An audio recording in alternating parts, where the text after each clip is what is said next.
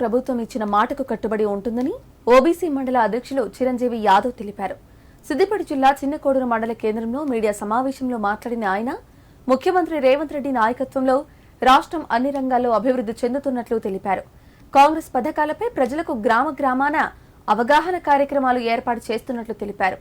రాబోయే కొద్ది రోజుల్లోనే మిగతా పథకాలు పూర్తి స్థాయిలో అమలు చేస్తామన్నారు. కాంగ్రెస్ పార్టీ ముఖ్యమంత్రి రేవంత్ రెడ్డి గారు గృహజ్యోతి సందర్భంగా ఇందిరమ్మ ఇండ్లు పథకాన్ని ప్రారంభించాడు. అదేవిధంగా కాంగ్రెస్ ప్రభుత్వం అంటే పేదల ప్రభుత్వం. ఈ యొక్క ఇందిరమ్మ ఇండ్లు ఏవైతే ఉన్నాయో అవి అందరికీ ప్రతి ఒక్కరికి ప్రజలలో చెందుతుంది. నిజంగా ఎవరైతే అర్హులో వాళ్ళందరినీ గుర్తించి దశల వారీగా ఈ పథకాన్ని అమలు చేస్తుంది. ఎవరు చూత ఆధ్వర్యపడద్దు, అందరికీ పథకాలు అందేలా చూసుకునేది దాని పదనే కాంగ్రెస్ ప్రభుత్వం అని చెప్పి ఈ విధంగా తెలియజేస్తున్నాను. 6 గ్యారంటీలో భాగంగా ఇప్పటికే 4 అయినాయి. 4 గ్యారంటీలు అమలైనాయి, ఆల్రెడీ ఇప్పుడు నడుస్తున్నాయి. నిన్న ఒకటి సుధా రిలీజ్ అయింది.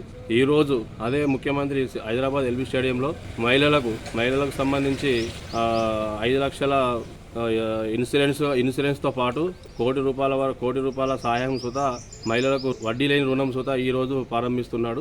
కాంగ్రెస్ పార్టీ పేదల పార్టీ కాబట్టి అందరికీ ఆదరిస్తుంది. ఎవరు సుత ఆధ్వర్యపడదు.